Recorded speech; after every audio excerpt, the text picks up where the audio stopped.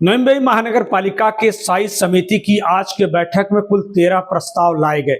Chairman Ashok Patil के समक्ष रखे गए इन प्रस्तावों में 4 प्रमुख प्रस्ताव थे जिन पर जमकर चर्चा हुई। सभागृह नेता और स्थायी समिति के सदस्य सागर नाइक ने सबसे बड़ा जो मुद्दा उठाया उसमें लेखा परीक्षण अप्रैल 2024 के अहवाल को प्रस्तुत करने की बात शामिल थी। इसके साथ ही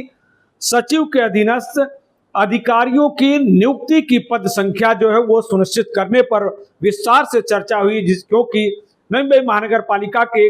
तमाम जो अधिकारी हैं इस वक्त रिटायरमेंट की कंडीशन में है या बहुत सारे लोग रिटायर हो रहे हैं। ऐसे में महानगर पालिका में जो आवश्यक पद हैं उन पर अधिकारियों की काफी जो कमी है वो महसूस हो रही है, जिसको लेकर जो है लगातार सभागृह नेता सागर नाइक जो है गंभीर हैं और उसे भरने की कोशिश कर रहे हैं ताकि नवी मुंबई महानगर पालिका का जो प्रशासनिक कामकाज है उसे बेहतर ढंग से चलाया जा सके। आज की बैठक में विविध विभागों की लेखा परीक्षण घटकों के मुद्दों का निपटारा करते हुए और जो रिटायरमेंट की स्थिति में या जो रिटायर हो चुके अधिकारी हैं उनको कॉन्ट्रैक्ट पद्धति पर उनका वेतन तय करते हुए पुनः जो है महानगर पालिका में काम पर रखने के मुद्दे पर भी विशेष तौर पर चर्चा हुई। इस मुद्दे पर सागर नाइक ने पुरजोर ढंग से इसका मुद्दा उठाते उन्होंने कहा कि महानगर पालिका में अधिकारियों कर्मचारियों की कमी साफ तौर पर बढ़ती जा रही है और ऐसे में जो रिटायर्ड हो चुके अधिकारी और कर्मचारी हैं उनको कॉन्ट्रैक्ट पद्धति पर उनका वेतन सुनिश्चित करते हुए उन्हें पुनः महानगर पालिका में काम पर रखना जरूरी है। और इसके साथ साथ अरौली में जो बायोगैस संयंत्र है 300 और जो घन कचरा व्यवस्थापन केंद्र है उसके 5 साल के कॉन्ट्रैक्ट को फिर से आगे बढ़ाने के मुद्दे पर भी चर्चा हुई। वासी सेक्टर 7 में आई बाबा उद्यान बनाने के ऊपर चर्चा हुई और इस तरह से कुल 13 विषयों पर 13 प्रस्तावों पर चर्चा के बाद उन्हें सार्वजनिक तौर पर और सहमति के साथ मंजूर कर लिया गया। इन सभी मुद्दों पर प्रतिक्रिया देते हुए स्टैंडिंग कमेटी के चेयरमैन अशोक पाटिल ने कहा कि लोक नेता गणेश नाइक चाहते हैं कि नवी मुंबई महानगर पालिका का काम सुनिश्चित तरीके से हो, नागरिकों का काम हो, प्रशासनिक व्यवस्था बेहतर ढंग से चले। इसके लिए कर्मचारियों की बेहद कमी है और उस कमी को दूर करने के लिए जिस तरह से आज चर्चा हुई है उस पर उम्मीद है कि आने वाले समय में ये जो नए कर्मचारी हैं या जो रिटायर्ड कर्मचारी हैं उनको कॉन्ट्रैक्ट पद्धति पर फिर से लिया जाएगा और इसका समाधान हो पाएगा। चेयरमैन अशोक पाटिल ने इस पर और क्या कुछ कहा आप खुद ही सुन लीजिए। जे आपल्या या नवी मुंबई महानगरपालिकेचे अधिकारी सेवानिवृत्त झालेले आहेत त्या अधिकाऱ्यांकडून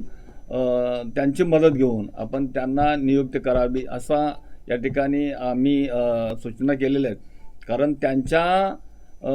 या अहवालानुसार असं निदर्शनात आलं की आपण इतर महापालिकेचे किंवा इतर शासकीय आपण कर्मचारी सेवानिवृत्त झालेले घेऊ शकतो, परंतु आमच्या सर्व सदस्यांची मागणी आणि आमची मागणी आहे की महापालिकेच्या ज्या सेवानिवृत्त झालेल्या अधिकाऱ्यांच्याकडून पहिलं काम त्यांना प्राधान्य द्यावं आणि त्याच्यानंतर जर समजा महापालिकेचे काही अधिकारी तेवढे आपल्याला जेवढे आवश्यक आहेत तेवढे जर नाही मिळाले तर आपण इतर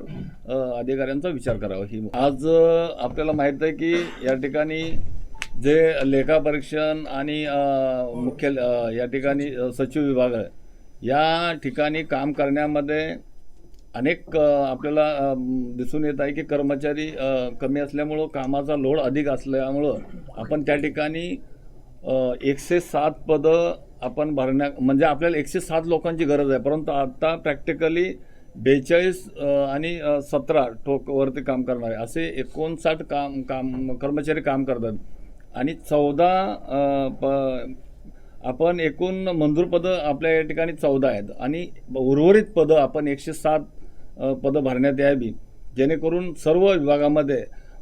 प्रभाग समिती असेल, सचिव महासभा असेल, स्टँडिंग कमिटी असेल, या सर्व विभागाचं कामकाज पाहण्याकरता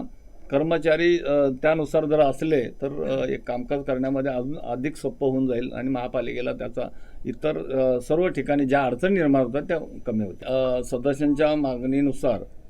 खरोखर त्या ठिकाणी जर 1 कोटीच्या आतमध्ये जर कामं असतील आणि खरं पाहिलं तर अतिशय महत्त्वाची कामं असतील, म्हणजे उदाहरणार्थ एखादा नाला जर कमजोर झाला असेल आणि एखाद्या सदस्यांनी त्या ठिकाणी लोकप्रतिनिधींनी मागणी केली असेल आणि त्या निदर्शनात आणून दिलं असेल तर कुठल्या एखाद्या ऑडिटर किंवा थर्ड पार्टी नेमण्यापेक्षा आपण ते काम महापालिकेनं तात्काळ करावं आणि त्या कामाची पाहणी करून गरज नक्कीच या गरज आहे का याची सुद्धा खात्री करून पुढील सर्व या कामांच्या संदर्भामध्ये सूचना देण्यात आलेल्या आहेत आणि 1 कोटीच्या वरती जी कामं असतील त्या गोष्टीमध्ये थर्ड पार्टी ऑडिट होणं किंवा कन्सल्ट नेमणं हे महत्त्वाचं आहे. शासनाच्या माध्यमातून प्रत्येक वेळेला GR हा निघत असतो आणि यावेळेला सुद्धा 2025मध्ये शासनाने GR केलेला आहे, परंतु GR हा महापालिकेने सुद्धा त्या GRचा आदर पूर्णपणे GR पूर्ण या महापालिकेच्या माध्यमातून आदेश पाळून महापालिकेने सुद्धा काही या ठिकाणी धोरण तयार करावं आणि काही महापालिकेच्या म्हणजे आपल्या महानगरपालिकेच्या माध्यमातून एक अतिशय ज्या गोष्टी होणार गरजेच्या आहेत त्या निर्णय आपण या ठिकाणी महापालिका ठरवू शकते त्या ज्याच्या अधीन राहून हे सुद्धा आपण धोरण ठरवू शकतो महापालिका. त्यामुळं ह्या GRच्या संदर्भामध्ये सुद्धा आपण या ठिकाणी महापालिका हे धोरण आपण ठरवून वेगळे नियम आपण करू शकतो. लेखा विभागामध्ये लेटेस्ट अपडेट्स और ताजा तरीन खबरों के लिए TV1 इंडिया लाइव को सब्सक्राइब कीजिए और नोटिफिकेशन पाने के लिए बेल आइकॉन को दबाना मत भूलिए.